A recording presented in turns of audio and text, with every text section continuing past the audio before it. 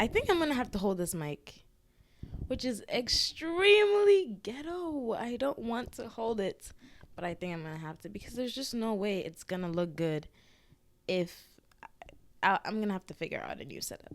But I wanted to start recording these for you guys because I know that visual podcasts are a big hit. I personally enjoy them myself. So just in case you wanted to watch it instead of just listen on podcast or Spotify, I am recording these. Hi guys, welcome back to the kingdom, or welcome to the kingdom if you're new. Hi guys, welcome to the kingdom.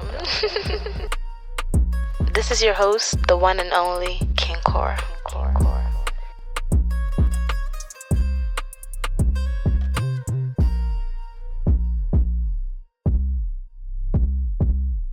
This kind of feels like a YouTube video, but like not, because it's a podcast. So I kind of can do whatever I want.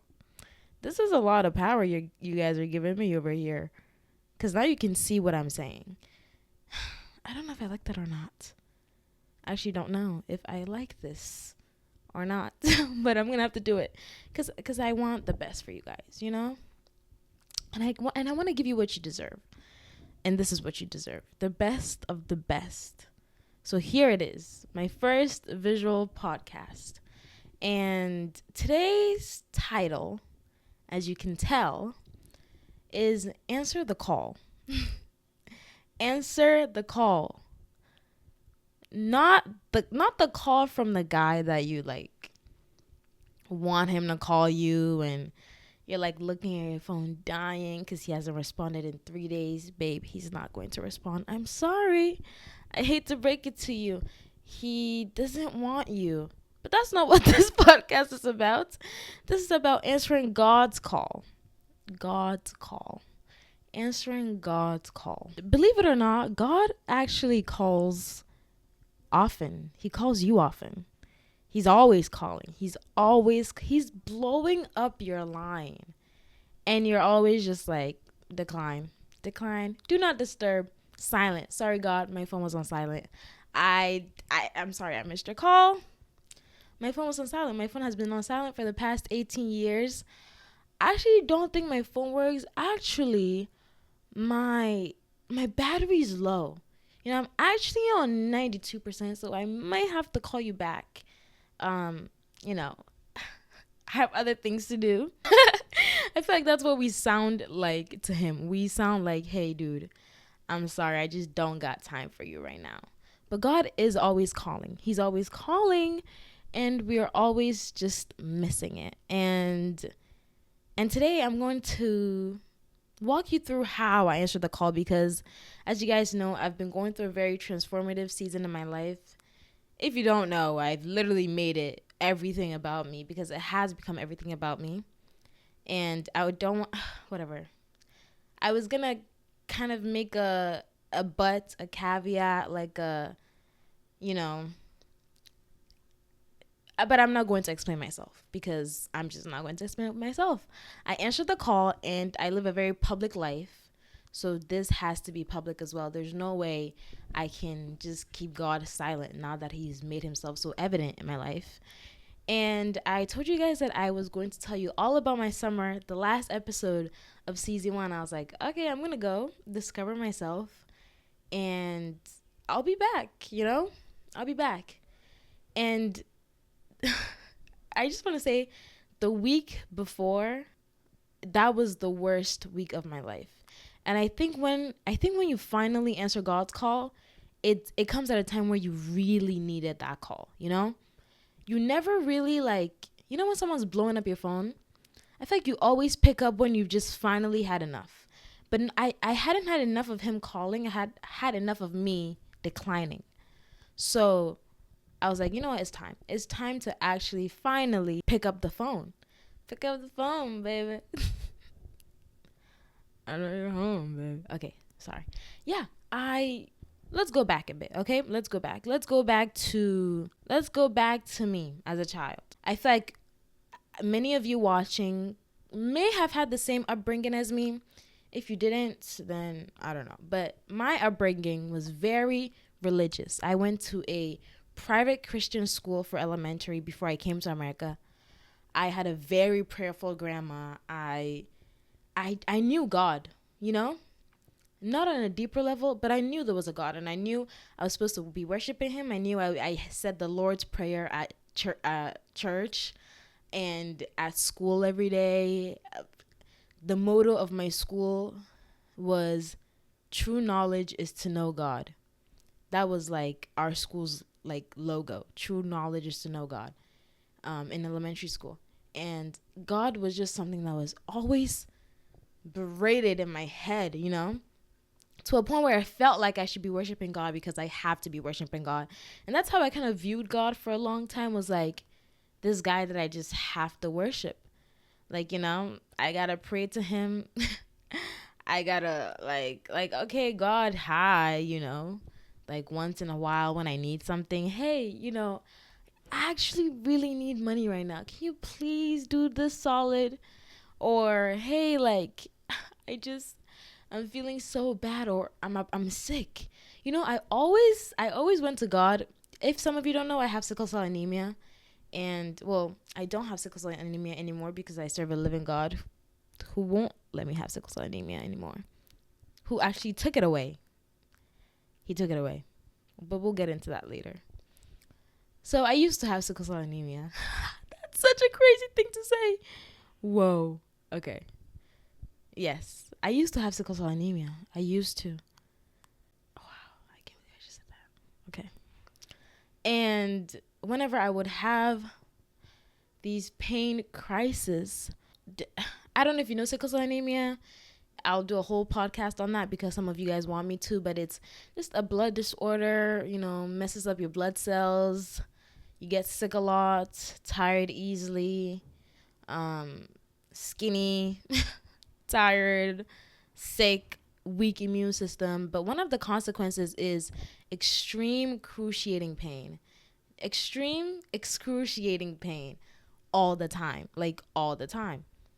And like whenever I had those, and every time I have those, it's like a point of death each time, because the way people from sickle cell anemia die, and they do die early, some of them don't even make it to their teens, so it's a miracle I'm here, but the lifespan is short. Not for me though, but it is a short lifespan in like statistics. And the big reason why they die is because they have excruciating pain, these pains, and it's a blood clot. It's a blood clot, and it is like the worst pain you can ever imagine ever in your entire life. Oh my goodness. Thinking about it right now makes me want to scream. It's insane. I always have to go to the emergency room.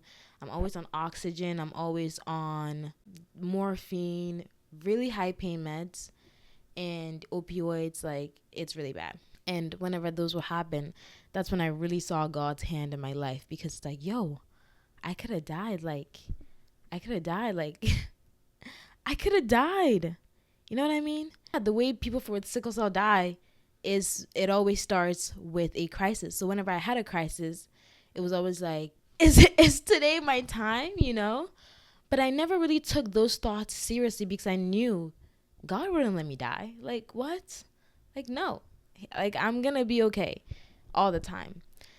So it was kind of like an on and off relationship with God. You know, I grew up religious, but I just want to say religion will only take you so far.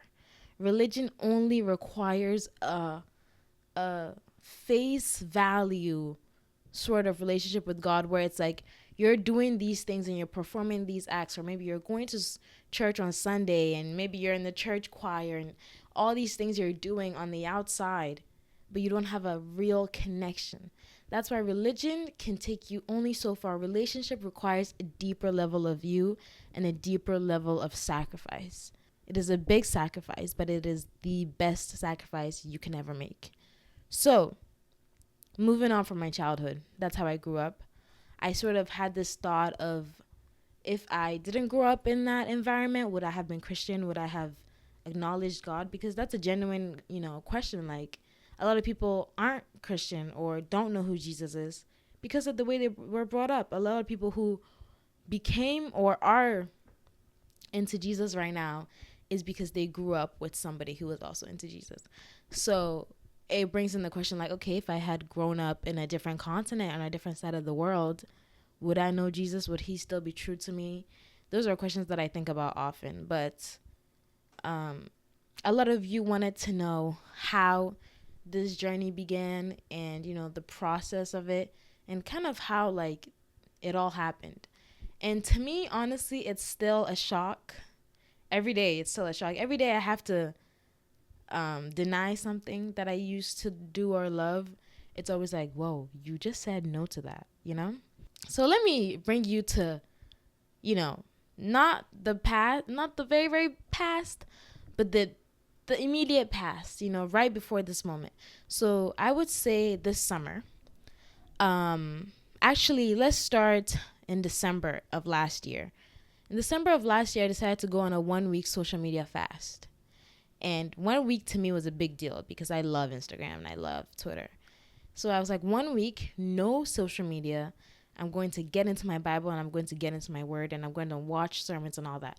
I don't really know what had me do that, but I knew there was something I was looking for. And all my life, I've known that whenever I'm in a bad place, whenever I read the Bible or pray, I'm always better. So no matter how far I strayed away from God, no matter how many wrong things I did, no matter how long I'd gone without talking to him, I knew there was always a safe place to return to. I knew that there was no better feeling than being in the church or being in the presence of God or simply praying. Simply praying just relieved the stress. It was like, okay, I just gave my burdens to somebody who can handle it, Although maybe I wasn't walking the walk that I should have been or living the life that I should have been, I knew the answer was God all the time. I knew I'm feeling sad.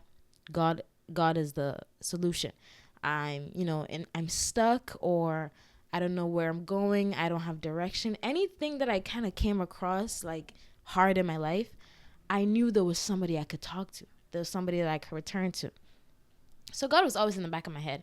But this particular week in December, something was pulling me closer. Something was like, you have to get to know more of him. Like there's more to God than you know. And I was like, okay, so I kind of did that 1 week fast. It did bring me a bit closer. I learned more about God. I learned how prayer was like as powerful. I learned about the spiritual world and how we are only just inhabitants of this world. We are spirit walking. All this physical stuff doesn't matter. Like, we are spirit beings, and that's what we're like. We operate in the spirit realm. There are spirits that govern everything. So in order to connect to heaven or connect to whatever God has promised for you, you have to connect to him spiritually. Whatever you do spiritually manifests itself in the physical realm. So yeah, I learned that. And I learned that through Apostle Joshua Salmon and Pastor Enoch, if you guys want to know, the resources. But yeah, so I learned more. I learned that there was more to this, I learned there was more to this. But then the year came around and I was still living the same life that I was. I really had no personal convictions whatsoever. I would go to church once in a while, read my Bible once in a while, kind of like just lukewarm stuff that is very common these days. I'm not like that. That's just what the majority does. We pray to God sometimes, go about our day, do whatever we want. And it's weird because you can do all these things. You can pray, you can go to church, you can read your Bible, but you can't have Jesus as a friend. You know what I mean? Like, as somebody that is so personal to you, so personal that you don't even want to hurt him. Someone that's so close to you, someone that's right there, like you have him in the back of your mind in everything that you're doing. I didn't have that. I didn't have that personal connection with God. I didn't have that personal connection with Jesus that I felt like I needed to. At the time, I didn't feel like I needed to. At the time, I was living like life was fine, And it wasn't until the summer that like everything kind of changed, Towards the ending of right before summer ended, like during finals week, before school was about to be over, I went through this very depressive week. It was oh my God, it was the worst feeling of my life. And I don't even know. I can't explain to you how it came about. I know it was a spiritual attack now, but in that moment I just was stuck in bed. I couldn't do anything. I couldn't do anything. I couldn't go to class. I couldn't do assignments. I couldn't even get up and eat. I was just felt like I was stuck in bed. It felt like wherever I went there was a dark cloud over me. All I could do was cry. I remember laying in bed and just like the days and nights would just go. Like it'll be morning. Like I'll just I'll lay in bed all day looking outside my window, and the sun will rise and the sun will set, and the sun will rise and the sun will set, and it looked like in a movie scene, when the character is just there and the sun is fading, the days are passing. That's what it felt like. And I remember saying like, I don't want to. Is this life? Like, this is all there is to life, is just morning and night and morning and night, and I got to do this for the rest of my life. I got to do this morning night thing. Like, I want to leave. Like and suicidal thoughts started entering my head, and it wasn't like me planning suicide. It was just kind of like, it would be nice to be dead right now. Not gonna lie, that was what I was thinking. I was like, it would be nice to not, like, I don't want to be here anymore. I've had those thoughts come to me a couple times, and it's always in like the deepest, darkest spots in my life, when it just feels like, yo, like, Earth is not fun anymore. Like, there's no reason for me living, you know? Yes, and life felt purposeless. That's what I'm trying to say. There was no purpose to what I was doing. It was like I'm just here for nothing. And that's what the devil ultimately wants you to think, that you are on this earth for no reason. And there's nothing on this earth, and there's nothing you should be doing, and there's no feeling, and it's just emptiness. And there's so many people who walk around with this empty feeling, like there's no purpose to this life and there's nothing doing here, And some people feel it so much that they end their life because there's like no reason for their existence, they feel like. And that's how I felt like at one point. I know that that's a common feeling, but I'm here to say, answer the call. Because the call, when you answer the call answers all your questions. The call is exactly what you need to hear at exact time. So I kind of went through that depressive state. This was like, ending of April maybe. And then I spoke to a friend who's very prayerful, very biblical, Jerome. Shout out to Jerome. I actually kind of put what he said in one of my episodes. I was like stuck in a rut. Yeah. Oh, I had also gotten surgery. I'd gotten a breast reduction surgery because I had huge body dysmorphia. I hated how I looked. Now that I look back on it, I realize how kind of stupid and, maybe not the most necessary decision I've ever made. But I kind of thought maybe I'm depressed because I just had surgery, which is so stupid because what? But I mean, maybe that happens, Maybe people get like post-surgery depression. That's what I thought it was. So I had spoken to a friend and I inserted it in one of the episodes. And it was kind of like, he was just saying, yo, Karen, like, you are on this earth for a reason. You're on this earth for a reason, and you need to know that. And the devil is trying to make you not know that because he's trying to delay you far from your purpose as possible. You are doing so much. You're inspiring people. You're helping people. You're doing so much with your YouTube and your, whatever content you put out on this earth and your podcast and the gifts that God has given you. But now you're in bed for a week and you can't move. Can't you see that the devil's trying to stop you from fulfilling whatever God has for you? He's trying to delay you. That's the devil's only goal, to steal, kill, and destroy. So he's trying to steal your time. He steals your joy, first of all. And then he steals your time. Once the devil has got you feeling empty, he's stolen so much time from you, time that you could be using to move forward and pursue whatever life God has for you. He's taking that time slowly away from you. And before you realize, it's too late. You've spent all your life not living, So when he kind of said that to me, I was like, yo, that's kind of right. So kind of took me out of this depressive state for a while. And then and then I was like, you know what, let me start taking God seriously. I decided maybe this is a good time to take God seriously. So I tried, I started to try and be in my word more. And I had friends like Jerome and Sam pushing me, staying in my word, praying with me every night, really trying to find, God and be close to him. So I told myself that I'm going to give up a couple things. And I always did this with God. I would always give him one thing. I'm like, okay, God, I will not smoke ever again if you give me success. That was my goal. That was what I was praying for. I was like, okay, I'm not gonna smoke ever again, but I'm making this deal with you so that you will make my career successful, so that my channel will blow up, so that my podcast will blow up, And then I would do another one. I would like, okay, I'm not drinking ever again if you take sickle cell anemia away from me. So I'm never gonna drink again, but you have to take sickle cell anemia away from me. And it was always like these like give and take things. Like, I'm gonna give you one little portion of my life, sacrifice this one thing that's already not good for me, but I'm gonna sacrifice it, and then you give me this. I feel like we tend to do that a lot with God. Give me that and I'll give you this. If you make me successful, I'll live for you. Some sort of thing like that. I kind of was making little deals with God here and there, giving little sacrifices each day. So then that's when I decided to not smoke. I actually decided to not smoke in December when I did the fast.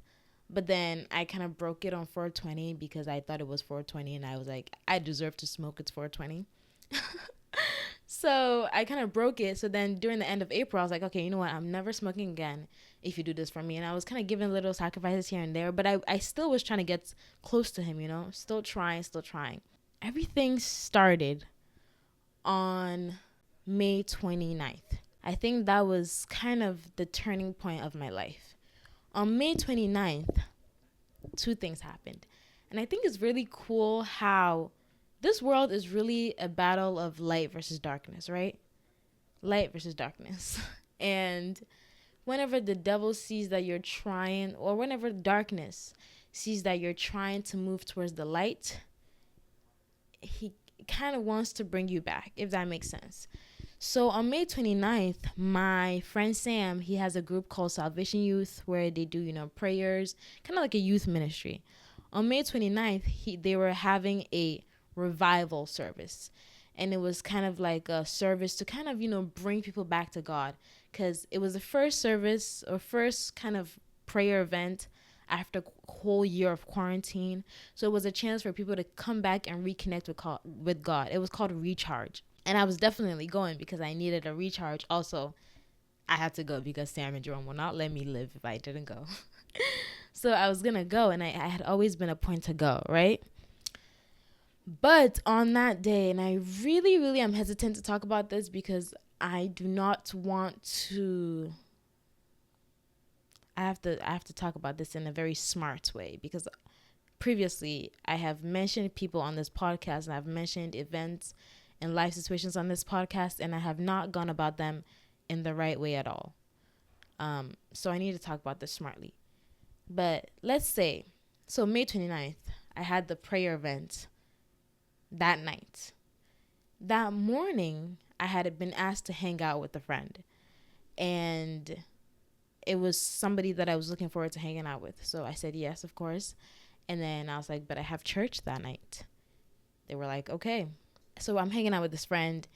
And mind you, I have told God that I'm not smoking ever again. I'm hanging out with that friend. And they offer me a blunt. When I tell you immediately I said yes, it was nauseating. It was nauseating because there was no resistance. And I think that was the turning point of my life. I think that I needed to see that. I needed to have that experience that morning because I was having the revival that night. You see how God works? He's like, okay, you need to see that you're doing this whole God thing, but you're not doing it right. So if that hadn't happened that day, I don't think the revival night would have been that impactful. So they offer me weed. Immediately I say yes, like immediately. I think it was for fear of, one, not making things awkward by like rejecting, but two, it was maybe fitting in, or wanting the person to, like me or think I'm cool, or just kind of like oh, like, yeah, like, you know? And it bothered me so much. Like, it really bothered me so much. And this is not on them, this is all on me. Like, how fast I said yes. Like, as soon as I said it, I was like, yo, like, this promise I had made to God did not even come to mind at all, which goes to show that when you don't have a personal relationship with God, everything religious you do is surface level. You don't know why you're doing it. A lot of people are like, oh, no sex before marriage, and then they give in right away because they don't know why they even made that rule in the first place. They only made that rule because everyone's saying make that rule. A lot of people maybe don't go to parties, or maybe they don't want to smoke or drink, but then immediately it gets offered. You kind of give in and you kind of say yes because you don't have a personal conviction. Religion makes these rules for us and makes us want to, like, do all these things and kind of like restrain yourself. But if it's not coming from you and you're only doing it because you think it's right, it's never gonna work. Same way my sacrifice didn't work, because I gave in so easily, because there was no personal contract to the thing that I made. God wasn't real to me, that I had made this deal with him and that I was going to keep my word, because there was nothing forcing me to keep my word. I didn't have a personal relationship with him for me to feel bad if I don't keep my word. So that happens during the day of May 29th. And it kind of made me reflect a lot on life. And I had been reflecting, okay, I think that was a starting point of me taking a look and saying, yo, like, I'm not doing this God thing right. Like, I'm going to church tonight. Like, not even, I'm going to church in like an hour. And I'm smoking. Like, I went to the revival service high. Whatever. I don't even know. Like, I was high, and then I walked in there. And it was just like making me like, yo, like, why did I give in so easily to that? And why am I living two lives? Like, why? Why am I living two lives?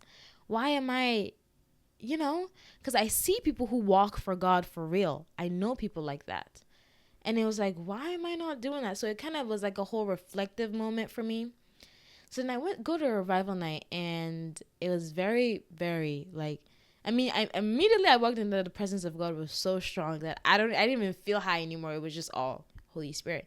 And I gave my life to God that night. And I think for the first time in my life, I truly meant it. Like, I truly meant it. I truly meant it. Like, when I say, take over my life, like, lead me, be the Lord and Savior of my life. I've said that prayer so many times, never really truly meant it till that night, because that night I realized I needed saving. I realized that I can't do this thing off of my own strength, because clearly I'm weak as hell. If I could have just said yes, like, clearly I'm weak. So I need saving.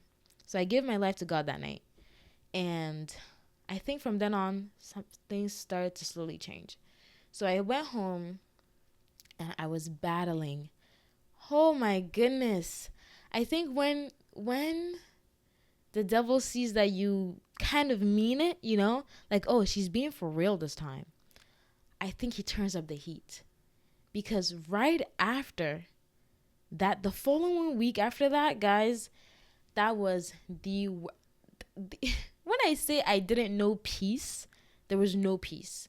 There was no peace. I don't even know, you guys. I felt like everything that I was doing wrong became so clear to me. Like, I used to turn a blind eye on a lot of things. I used to think that a lot of my thoughts were normal, a lot of my actions were normal because that's what everybody's doing.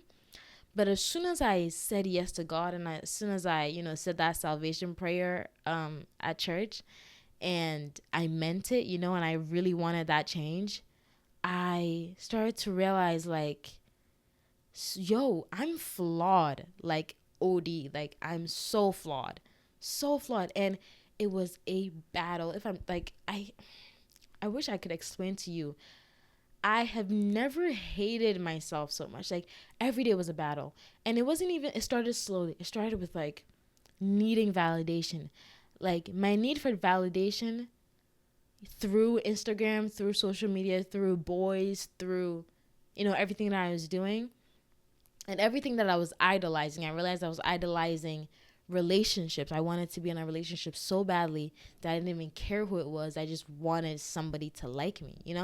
And I was idolizing, relationships, boys. I was idolizing social media. I was idolizing follower accounts and view counts. And I was idolizing people's opinions of me, what they think, Everything I did, everything I did wasn't for the right reasons. Everything I did was like just not for the right, I don't know how to describe it.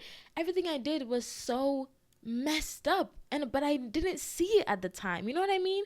I think, oh, I'm just posting this thing just because I want to post it, but no, I'm posting it because I want people to call me pretty. It was like everything that was wrong started to become clear to me. And I was like, no, I can't live this life anymore. I was being tormented, like, by my own thoughts. And it wasn't my own thoughts. Obviously, there were spirits behind these thoughts. And they were like, it was spiritual warfare. But it was like, it comes in the form of your mind.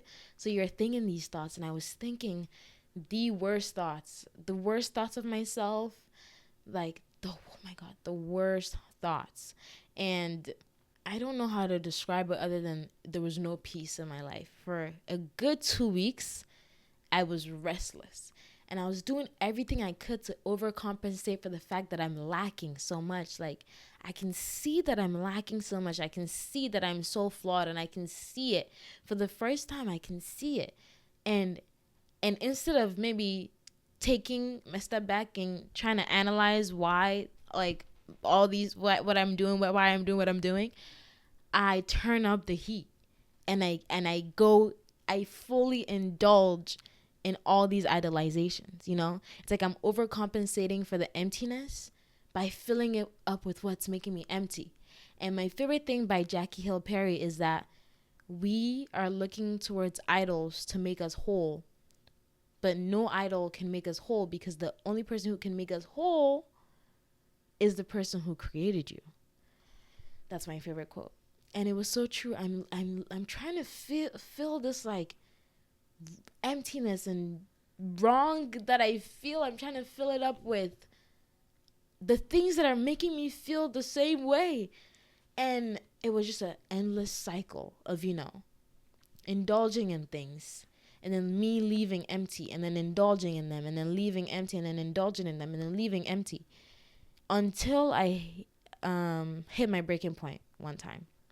And it was, I had come back from the gym. I'm going to explain to you because this is a crazy story, okay? So I've gone to churches where, the Holy Spirit is there, people fall down, people pass out and stuff. I've always wondered what that was like. I've never experienced it, but I always wanted to know what that was like.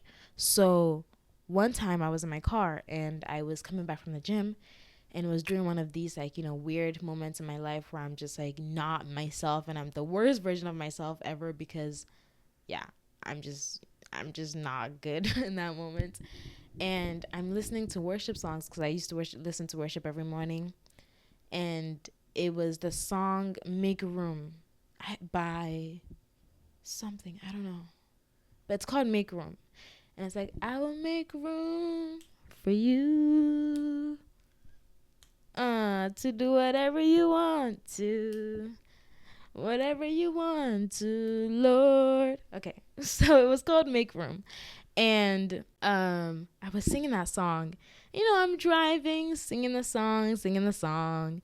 and I park my car at my house, and I never really get out of the car. When I get home, I sit in the car for like an extra 30 minutes. So I park my car and the song's playing and I'm singing, I will make room for you. And then all of a sudden, you guys, all of a sudden, I will make room for you turns into, I will make room for you. I start bawling. I don't know where it came from, but I start crying because it was like, yo, something in me was like, this is true. I really feel this. I will make room for whatever you want to, God. Like, whatever you want to, I'm going to make space for you, you know? And I felt like I needed to say that. So I start crying, and all of a sudden, boom, I pass out. I'm not even lying, you guys. I'm sitting at the steering wheel, and I just like kind of like just fall into the passenger seat. And I'm just there. And it's a moment of complete, I couldn't even hear the song anymore. The song was still playing, but everything was silent around me. I knew that I was passed out. I knew I was in the position. I knew I was in the passenger seat, but I didn't understand why I had just fallen, you know? And it was just like, it was like a you can't move moment, you know? It was a don't move. Just stay right here. Absorb this silence and peace. And it was a moment of pure like bliss, you know? I get a lot of bliss from listening to worship. I get a lot of bliss from praying and being in the presence of God, but this was something different. This was like just calm. After battling whatever I was battling with for the past 2 weeks, that was the first time I had felt calm. It was just calm, like silence, peace. I felt like I was floating in a cloud. And I knew that I had fallen like under this Holy Spirit. And I was like, yo, this is like, I've always dreamt of this and it's happening. And I was like, oh my gosh, that's crazy. So I'm just there. And then I think maybe after like 5 minutes, I get up and I'm like, wow, I never want to leave this feeling ever. I never want to feel anything other than this feeling. This is the only feeling I want to feel. The only feeling I want to feel is God's presence, because that was peace. You know, that was total peace. No worry, no stress, no thoughts, no bad things about me, like nothing. I felt love. You know, they say God is love. God is truly love. It was just love. I just felt it. Anyway, I go home, and I think from then on things really started to, you know, actually start changing. So I think the next day I go to the gym again. But although I had felt this peace, I was still, you know, doing the same things, listening to the same music, still seeking, you know, male validation. Like, I was still the same person, not gonna lie, the following day. But I think the following day, when I went to sleep one day and I woke up, and I had posted a bunch of stories on my Instagram story, and one was like a picture of my butt because I was working out. One was like, you know, people like praising me on Instagram, not praising me, but, you know, like, oh my gosh, you're so pretty. You know, I had reposted a bunch of that.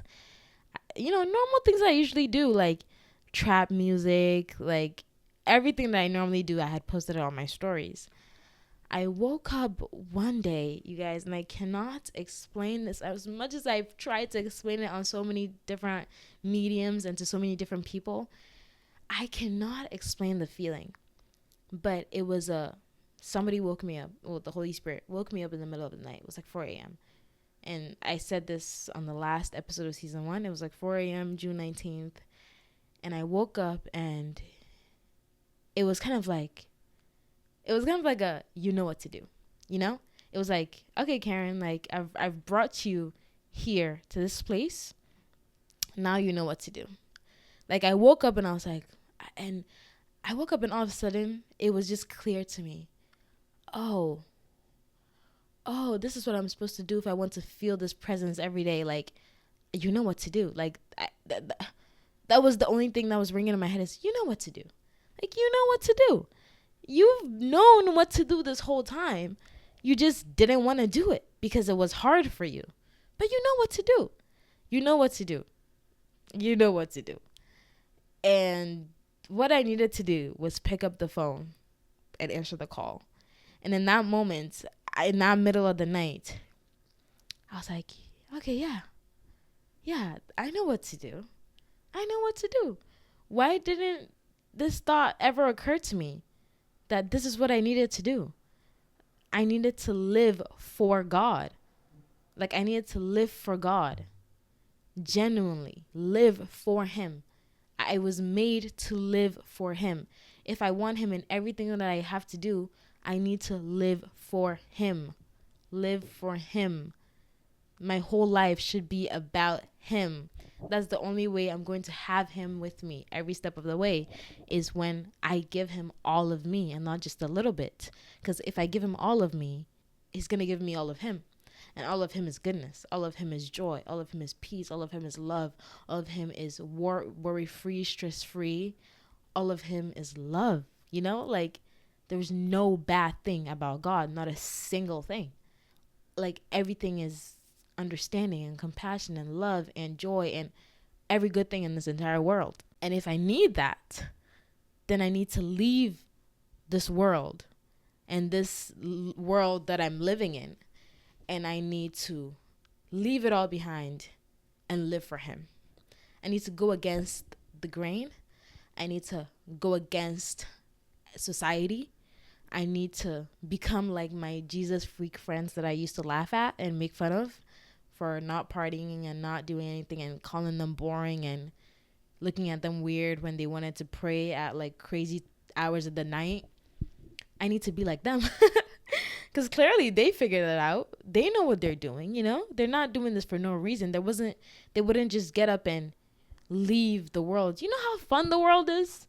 You know how fun the world is. I know how fun the world is. So clearly, if they left the world for something, then it must be good, you know? So in that moment, I was like, oh, I know what I needed to do. And as soon as I realized that I know what I need to do, and I know what I'm here on this earth to do, everything I've ever done before that became disgusting to me. I wanted to vomit. I was looking at my Instagram stories for the day, and I wanted to throw up. It was genuinely disgusting to me. I was like, what have I been doing this whole time? What have I been doing this whole time? I haven't been living for God this whole time. What have I been doing? And everything I had been doing became so gross to me. I almost deleted my entire channel and my entire Instagram and everything because I was like, none of this matters. None of what I've been saying on here, none of what I've been doing on here, nothing matters. Nothing matters but God. So what have I been doing, you know? So yeah, I realized that, and then I started to cry. You know, I deleted all my stories, and then I started to weep. I started to weep because I felt sad. Sad because I hadn't picked up this call earlier and hadn't, you know, realized this earlier. It was also tears of like joy because I was grateful that, wow, God, thank you for finally letting me see what I'm on earth to do. But it was also tears of like sadness because it was like, ooh, Karen, you're about to leave everything you've ever known behind. You're about to leave everything you've ever known behind. You're about to be a new person. And I started to cry. I started to cry because I was like, damn, I can't do this anymore. I can't do this anymore. I can't do this anymore. It was like a week. Like it was a mourning, you know? And that's when the idea of death to self came about, because when I was crying, it felt like I was crying I was mourning my old self, you know? I was crying for her. I was crying for how little she knew and how naive she'd been to think that the world was what it was instead of, you know, what it truly is, a battle between light versus darkness. And crying for, you know, who she'd been and what she was going to miss and what I was going to miss. Yeah, and I cried the whole day. My mom can even attest to this. The whole day I was sad. It was like I had lost somebody. It was a good loss, but it felt like I had lost somebody, and I was so sad the whole day. But then right the next day, oh my goodness, the start to the best, decision I've ever made in my entire life. Every day from then on had just been like, it was amazing. I had a complete change in mind. I finally realized I'm only on earth to worship God. So I have to live like worshiping. Like, my life has to be worship. And I also realized I'm on here to spread the gospel. I've seen the light, and now I have to go tell others about it. And Sam says this thing, and it's like, finding God is like a beggar finding food. And then you have to go back and tell your other, homeless people that you were chilling with, like, yo, I found food here. And it's like everyone in this world is looking for God. They just don't know they're looking for God. Like, everyone in this world is looking for something, is looking for purpose, meaning, identity, love, really love, true, genuine love. But they don't know that he has a name. And his name is Jesus. It's so weird. Okay, sorry. No, truly, he has a name. But we try and find it in different avenues when he's right there, and he's been right there all the time. So I'm about to end this here. Trust me, there's so much more to expand on. I mean, this podcast isn't called Welcome to the Kingdom for nothing. And, God is really funny, because when I made this Welcome to the Kingdom, like I said, I made this from a standpoint of being prideful. I was like, I'm building my own kingdom. I'm King Kora. Welcome to the kingdom. Me. But then I find God, and it's like, yo, actually, welcome to the kingdom. So I love that it worked out. I love that he showed me what I'm supposed to like what I have this audience for. I have this audience for to spread the gospel. I have the audience for to live as a vessel. But the summer was amazing. I am going to make another podcast, and it's going to be about, summer without social media, what I learned, and how I actually got closer to God and the steps that I took to get there. But I am making this episode to say, if you've been feeling like there's more to life, you've been feeling purposeless, you've been feeling like, there's got to be something else, he's calling you. All you need to do is stop hitting decline. Stop picking up the world's call and thinking that this call is going to be more fun, because there's nothing better than picking up God's call. So answer the call, please, because the call comes with so much clarity. The call comes with so much peace. The call comes with so much love. The call comes with an identity, The call comes with a moral code. This is how I should live. And there's not one bad thing about answering the call. As much as it hurts to, let go of whatever it is that answering the call will have you let go of, whatever sacrifice it is that you're going to have to make, there is no better sacrifice than to give yourself and give your life to God. So answer the call, okay? He's calling you right now. End this podcast and answer the call. All right. I'll talk to you later. I hope this was helpful, and I love you. Okay? Goodbye.